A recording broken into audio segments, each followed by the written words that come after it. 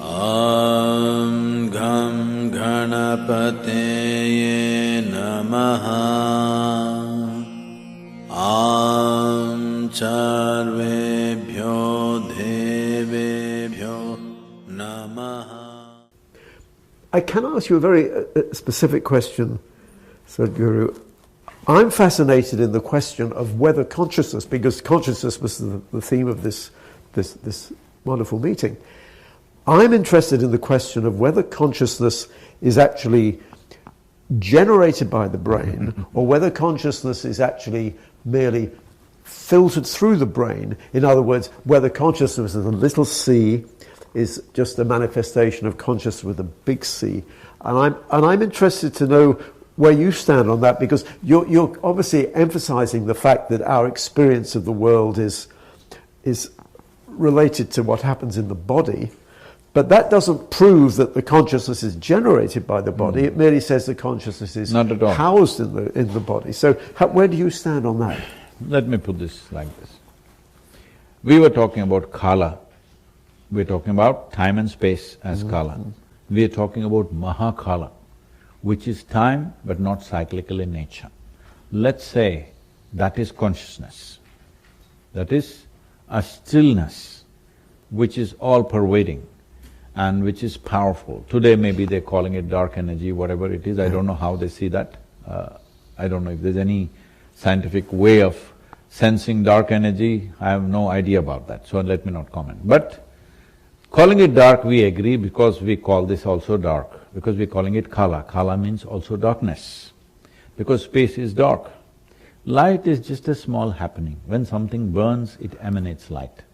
And you can't see light, you can only see its reflection. See, right now, there is light passing here, you can't see it. Only if my hand stops it, then you can see it. Otherwise you can't see it. So we are not, in exploration, we are not concerned about light. That's why first thing we do is close our eyes. Because light is a huge deception. Light is giving you a wrong perspective of everything. So the moment you depend on light, you become physical, you become only physical with the opaque stuff. I'm saying you can see the hand, you can't even see the air that you breathe, because you can't see anything vital here if you depend on light. So first thing is to close our eyes, because the senses are deceiving you. When we said Maya, we did not say… because today philosophers are going about saying nothing exists, it is only there because you are looking at it. Recently some young boy asked me a question, I think that video is out somewhere today. This boy is asking, Sadhguru, is universe there before me or is it just my projection? I said, you're a young man, before you came, I was here and the universe was there. All right, don't imagine such things, you came and projected the universe for me, all right? I'm saying this is simplistic understanding of whatever profound sciences somebody has experienced. It's all because of those three scientists got the Nobel Prize. Everybody thinks that now they know universe does not exist. If universe does not exist, what the hell are you doing here? It is just that it doesn't exist the way you see it.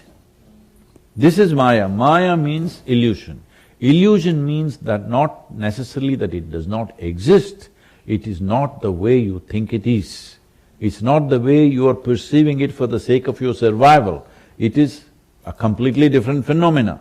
But you see it this way because this is how you can survive, otherwise you cannot survive.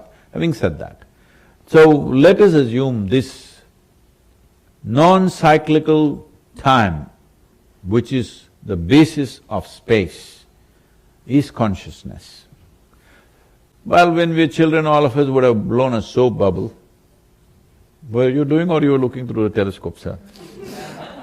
It depends on the age, but I mean, I was blowing soap bubbles up till… Yeah, soap bubbles. 15. Suppose you blew…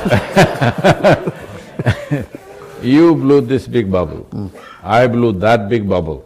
Now I say, see, that's my bubble, the big bubble is my bubble, this is your bubble, this is my bubble. It went poop. Then I don't say this is my air, this is your air. It's the same air, both of us captured. You captured this much, I captured that much. So right now the whole yogic system is focused on how much can you capture. if you capture more of that you're calling as consciousness, which is a memoryless, intentless intelligence, with which if you give it a little memory, it finds expression as many, many forms. So you and me are one type of forms that which found expression because we gathered memory. This memory we call as karma. As long as your karma is there, you can blow a bubble, because you got soap. Even though there is air, you can't blow a bubble. You need soap. So soap is this karmic information. Without information, you can't blow the bubble. Now if your soap is very thick, you can't blow a big bubble. It'll be small but heavy, it doesn't fly, it just goes down and bursts on the… you've seen both. You blow a lot of soap, it just gets heavy, goes and lands there. You blow it really nicely, light and slowly, it becomes this big. Now it floats away, because its wall is so thin. So if you become like this sister, what is this, Teresa? Saint Teresa, I'm so sorry. Saint Teresa. Saint Teresa blew a bubble which is floating away. Others see and think, oh, she descended from the heaven. No, she's floating, because she's blown a big bubble of herself.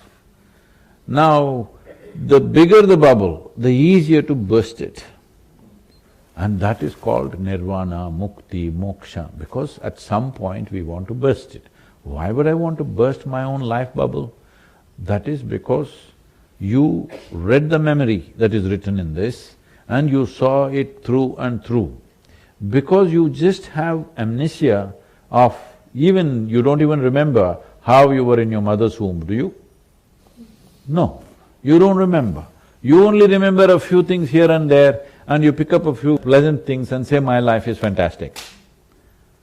If you actually look at it, whole of your life is generally grind. Like he said, he has to go shopping, he has to cook, he has to wash. It's a grind, all right? Here and there, moments of joy, excitement, this and that happened. You're just trying to remember that and paint a beautiful picture of your life. It's wonderful. Psychologically, it's a good thing to do. But it's not a way to explore the reality of one's existence. See, you wanting to live a good life is one thing, you want to know the basis of the life itself is another thing. This aspiration may not be there in everybody and it's perfectly fine. Somebody just wants to live a good life, all they want is pleasant chemistry. We can teach them a simple way how to make your chemistry pleasant.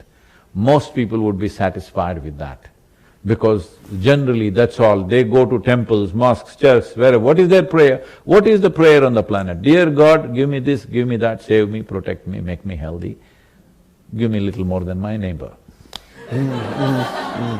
Yes, what else? This is all the prayer on the planet is. So otherwise, no, not like that, I go there to thank. Thank what? For what you got last time, so that he doesn't forget you next Christmas. This happened. Let me tell you a little joke, so it's getting serious. Two boys, brothers, went to grandmother's place for Christmas. So they're required to pray before they go to bed. The elder boy sat down, kneeled down rather, and started praying. He wanted a puppy for the Christmas. So he's praying, dear Lord, let me have a puppy, and what breed and everything. The younger boy, who is wiser, screamed loudly, dear Lord, I need a bicycle, dear Lord, I need a bicycle. So this older boy says, what nonsense, why are you screaming, God can hear. He said, I don't care whether God hears or not, I want grandma to hear.